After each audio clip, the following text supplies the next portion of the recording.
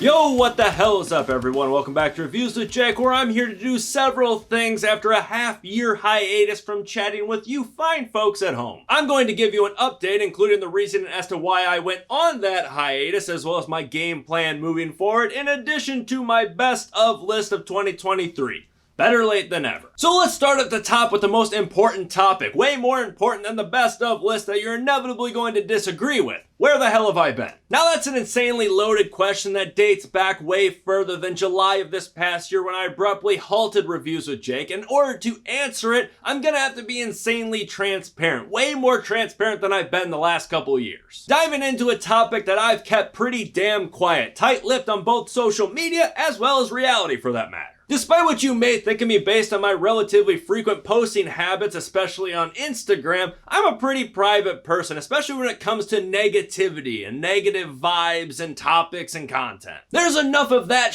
out there on the internet and the world, and I don't like contributing to it. I like to keep vibes high and post happy and beautiful images and topics only. But this channel, I have vowed to you all to be very open and transparent, even if my opinions on movies conflicts with that of the popular opinion on a film. And yeah, that usually only translates to that of movies, but I think it kind of applies to life as well. So now that the smoke is starting to clear a little bit after a hazy last couple years, I do feel obligated to come clean and explain everything to you all who have come to know me as this honest person. This feels like the place to do it, probably in way too much depth. If you are not at all interested in hearing any of that, fair enough. Here's the time code. Skip ahead. But for those of you who want to finally learn what has been up, this dates back all the way towards the end of 2021 and the beginning of 2022, when my dad was experiencing some health issues and was looking around for answers. He and my mom were going around everywhere to various hospitals and doctors trying to get some answers, turning over every stone, trying to find something satisfactory of a diagnosis.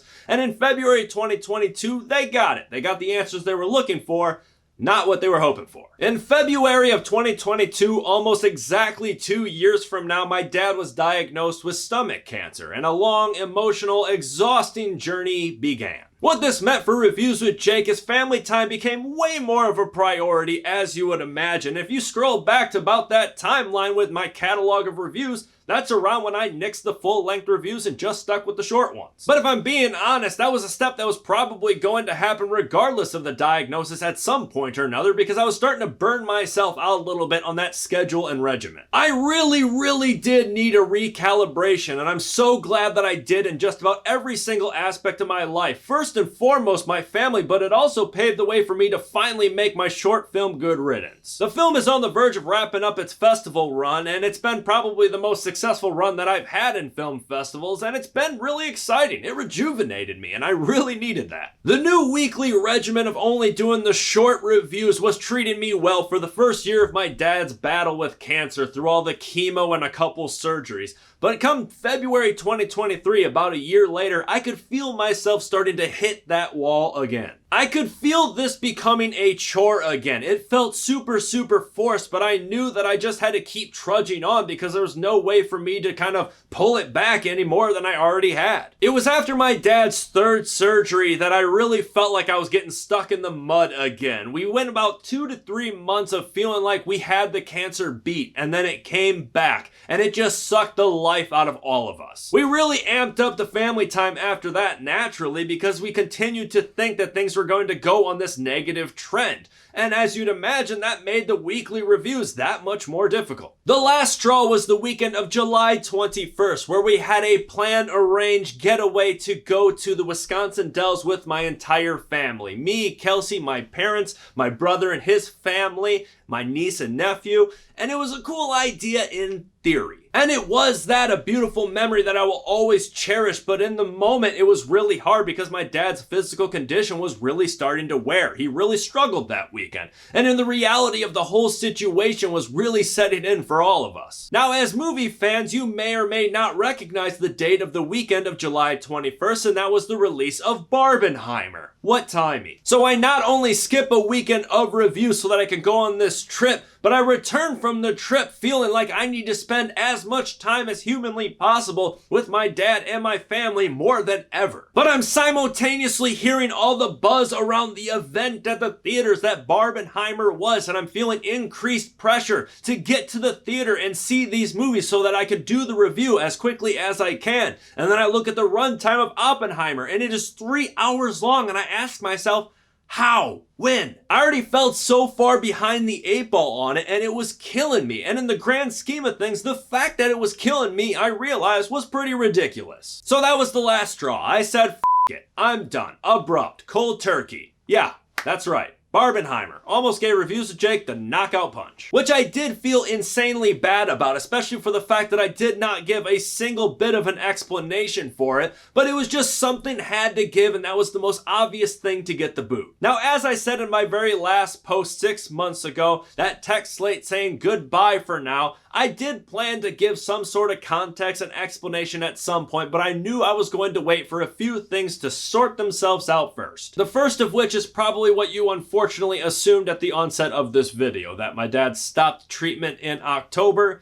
because the cancer had progressed beyond reasonable treatment, and thus passed away on January 10th of this year, just a few weeks ago. I cannot put into words how much I loved my dad. We saw the world so very differently, but we were aligned all the same. He was my greatest teacher, he was my role model, and he was the best man that I've ever known. He was my hero. He was also the biggest supporter of all the crazy passions that I've gotten myself into over the years, from being a vocalist of a death metal band, to skateboarding, to movies. Of course, he came to all of my premieres and saw every one of my movies, even helped me make a couple of them. And he was also a very close follower and supporter of Reviews with Jake. We went to the movies together often, especially the MCU. During the first 10 years, during the Infinity Saga, we did not see a single one of those, 20, 30, whatever movies without each other. I mean, it was just a beautiful thing that we shared that with movies. And while the rest of you may have been wondering where I have been the past 6 months, I am so glad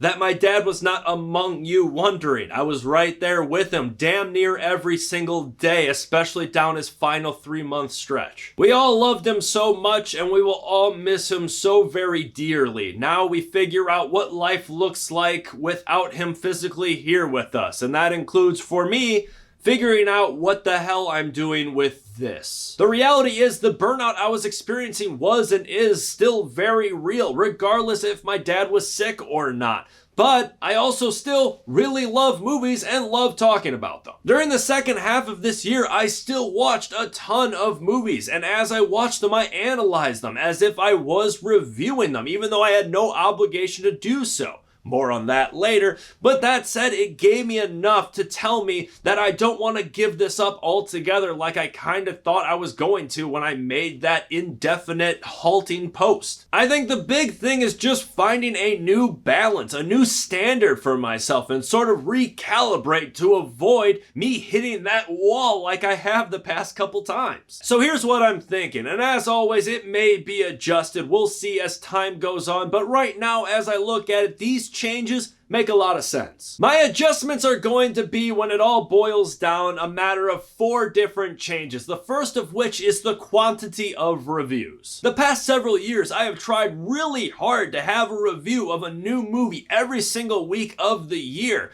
and that has led me to compromising and settling and seeing movies that I don't really want to see just to hit that quota for myself, which feels ass backwards in a life where time is such a precious commodity. So I'm going to nix that whole idea. I'm going to reserve movies for those of which I genuinely want to see or I'm really curious about. I'm not going to try and hit a certain amount of number of movies in a certain amount of time. Which kind of leads me right into the second principal change, and that is timing. For years now, I have busted my ass trying to turn around reviews as quickly as possible and hit the very first showing that I could possibly get to, which is a very, very, very difficult thing to sustain over years and years and years. If a movie comes out that I really want to see, I might still see it that opening day or evening, or maybe I'll see it later that weekend, or maybe it'll be the next weekend. I don't know. We'll see how it all goes. I'm just going to relieve myself of the pressure to get it done ASAP. Change number 3, and this is a big one. I'm going to open myself up to the possibility of a different approach, format, and quality. To this day, every single video review has been pre-written. It has been recorded in a setup like this or my previous house. It was edited on the Mac right behind you. That was the standard of quality that I set for myself. And it does look and sound very consistent and good, but it is such a tricky thing to find time to do all of those steps every single week. So I'm going to lighten up my expectations a little bit. Sometimes I might do a review that I have been doing right here, usual process. Other times I might just take my phone and record me just talking in the car or here at home. I don't know. I'm just going to open myself up to not everything looking like this. I think it'll just kind of be a case-by-case basis, depending on what the movie was, how much I have to say. Do I feel like I need to pre-write it or just make an instant reaction out of the theater? Or, you know, frankly, if I have stuff going on, it's tricky for me to find time to do it this way. Maybe I just need to do the quick fix. I don't know. With that, the fourth item is getting rid of the grading scale entirely, which is frankly something I've been on the verge of doing for quite some time now. Because films for me just don't feel like they're meant for something like that. I remember a couple years ago there was 2 movies that came out, and I actually mentioned it in the reviews. One of them was like a werewolf movie that was really boring and uninspiring. I can't remember what it's called, only proving my point, but I gave it a C+.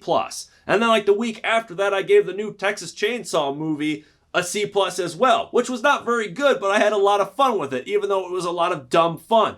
The same grade, one movie I'm not going to touch with a 10-foot pole, and one of them I wouldn't mind watching again with a beer. I just feel like grades put your opinion of a movie in a box, and not to mention, as a filmmaker myself, I also just don't like the idea of a grade because I've never liked dunking on bad movies, even though there's a lot of dunk-worthy movies out there to see. So I'm just going to remove that aspect from this entirely. Now, don't get me wrong, I'm still going to review the movie. I'm going to tell you exactly what I thought of it and what I liked and didn't like. What were my expectations going in? Were they met? Is this a movie that you should go in with your brain turned on or your brain turned off? Should you go to the theater at all or wait to stream it? I'm going to tell you what I think of the movie and did I like it or not, but I'm just not going to put a letter on it. The only official ranking I'm going to continue to do is my best of list at the end of the year, because I still have a lot of fun with that, frankly. It's fun to reflect on the year that was, but sometimes making them a B+ movie would be above an A. Maybe the A movie was a better quality, but I had a better time with the B+, and that just in itself shows how stupid and arbitrary a letter can be. Now, I fully realize that all of these changes are going to probably have negative effects on this channel and its growth, but fuck it. Whatever. If the growth stops, stalls, increases, decreases, it doesn't matter. Right now, it's all about me finding that balance so that I can continue to chat about the art form that I love so very much and continue to do this without burning myself out in the process. I want to enjoy myself again and have fun with this, something that has kind of sailed and slipped away from me in previous years, so we'll see how it goes. But in the meantime, there's one last order of business, and that is tying a bow on this previous year, and that is the best of 2023. Now, normally to be eligible to be on this list, it need to be a movie that I previously reviewed in that year. But this past year, I spent 6 months not reviewing anything. So naturally, I need to kind of bend that rule a little bit for this list. Despite my lack of reviews the past 6 months, I have seen plenty of new movies. So the eligible movies are going to be all the movies that I reviewed in the first half of the year, as well as these movies. Talk to Me, Infinity Pool, Nefarious, The Last Voyage of the Demeter, Barbie, Oppenheimer, No One Will Save You, The Fall of the House of Usher, Cobweb, Thanksgiving, Godzilla -1, Teenage Mutant Ninja Turtles Mutant Mayhem, and Trolls Band Together. One of those was a family movie night with my niece and nephew. Technically a 2023 release and eligible to be on this list. Bet you can figure out which one that was. With that, here are the best films of 2023 according to Reviews with Jake, starting with the honorable mentions. Godzilla -1, Teenage Mutant Ninja Turtles Mutant Mayhem, and Blackberry. The fact that a Godzilla movie now exists where I'm not constantly nudging the human characters off the screen to make way for kaiju mayhem is amazing. This movie redefined what is possible for movies like this. TMNT was also fantastic. I had such a good time with a youthful sense of humor. The animation style was really fresh, as well as the score and soundtrack. This was just a delightful, tight, fun ride. Blackberry was also a ride. I had such a good time as an It's Always Sunny fan, seeing Glenn Howerton go full Dennis Reynolds mode the entire runtime. And as someone who had a Blackberry during that era where everyone had them, then suddenly they just disappeared off the face of the earth, it's a fascinating story to get a deeper look at. So now with that, the top 5 films of 2023, starting with number 5, Talk to Me. Far and away, this was the best horror film of 2023. I had such a good, solid time with it. And coming from a directorial debut, it had so many gruesome, memorable moments, as well as a very interesting, unique concept. I dug the hell out of it. Number 4, Spider-Man Across the Spider-Verse. Another amazing animated film of this past year, and it packed all of the heart and humor of the first entry. The only downside, frankly, is it's only half the story. Number 3, The Fall of the House of Usher. Yes, this is a limited series, and typically I don't touch shows for reviews with Jake, but Mike Flanagan always gets the exception, and he does an exceptional job once again. The fact that he was somehow able to weave together all of these works of Edgar Allan Poe so seamlessly while breathing contemporary life in them is an achievement. I don't think I would rank it as high as Hill House or Midnight Mass, but those are the two best pieces of TV I've ever seen, and this is more than a worthy successor. I mean, it truly is a hallmark and a milestone in both cinema and poetry. Number 2, Guardians of the Galaxy, Volume 3. Maybe it's just the sheer fact that I have a little dog that looks kind of like a raccoon, but this movie had me crying like a little schoolgirl. Plus, with all the laughs, the soundtrack, and an amazing hallway action sequence, James Gunn does it once again at a time that the MCU really needed a win. And now, my number 1 favorite film of 2023, John Wick, Chapter 4. I just might be as surprised as you are, but frankly, I loved this movie, and the fact that this franchise as a whole, with all 4 of these movies, continued to outdo itself with each entry and elevating the bar of what is possible for an action movie is outstanding. So many balls to the wall action sequences in this movie, especially that video game-like one filmed from above. I mean, this movie is truly epic. I mean, there's no other word for it. So long as they don't undo or tarnish the way that this movie concluded, I was completely satisfied with it, and it more than earns its spot at the top of the 2023 mountain. But as always, that is just me. What do you think? Let me know if you agree or disagree in the comments below. And again, thank you so much for your patience and understanding this past year. It truly means the world to me. It feels great to be back in at least some capacity. I've missed you all. Please continue to be safe, and thanks for checking in.